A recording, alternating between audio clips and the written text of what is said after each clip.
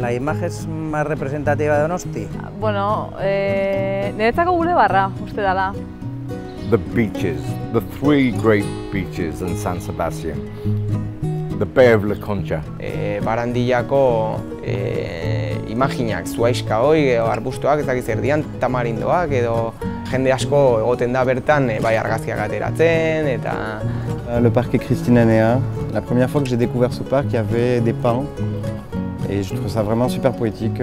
Los edificios del centro, no solo el ayuntamiento. El ensanche Cortázar. El ayuntamiento lo denomina área romántica y al visitante es una de las cosas que más le gustan. The third bridge, it has those big towers with the sculptures of the horses and the canopy. Osea, Miramarreko gaztelua politia da baita ere. Las escaleras del náutico.